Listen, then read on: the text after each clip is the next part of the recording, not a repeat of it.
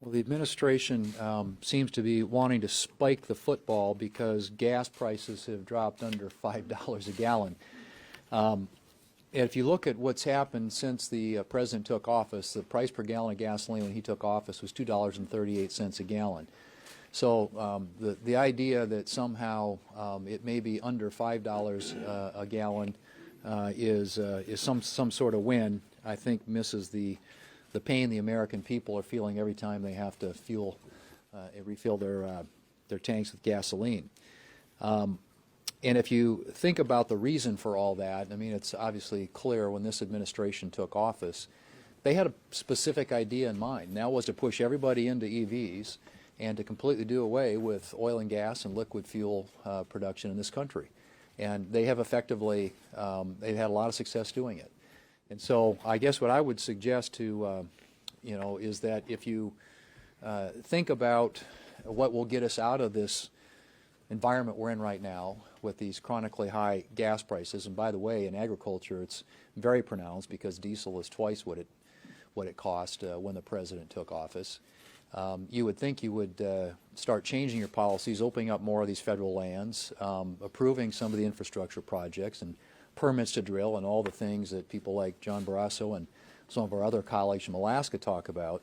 But the other issue I think that you have to address is this pressure that the administration is putting on companies in this country through what they call ESG, environment, sustainability, and governance policies. And they are pressuring companies in this country not to invest in certain sectors of our economy, oil and gas being one. But at the natural extension of that, if you think about it, and I've got small lenders in South Dakota, ag banks, credit unions, who are worried that this pressure is going to extend to them not to make loans to agricultural operations. Well, livestock emit methane, right? And so there are these pressures out there the administration, through these various environmental regulations, are putting on certain sectors of our economy that are very important to our economy when it comes to the cost of energy, electricity, gas, food, things like that.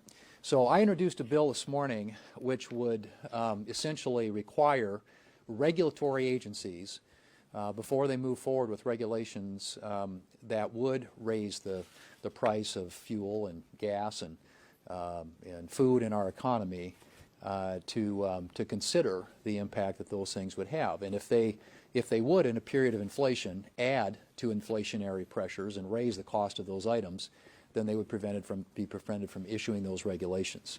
I think it's high time that we come to grips with what's really causing inflation in this country. And the fact of the matter is that is the lack of a coherent energy policy by this administration, coupled with a clear intent to try and put a lot of these companies out of business, or at least out of business as it pertains to investing in oil and gas production.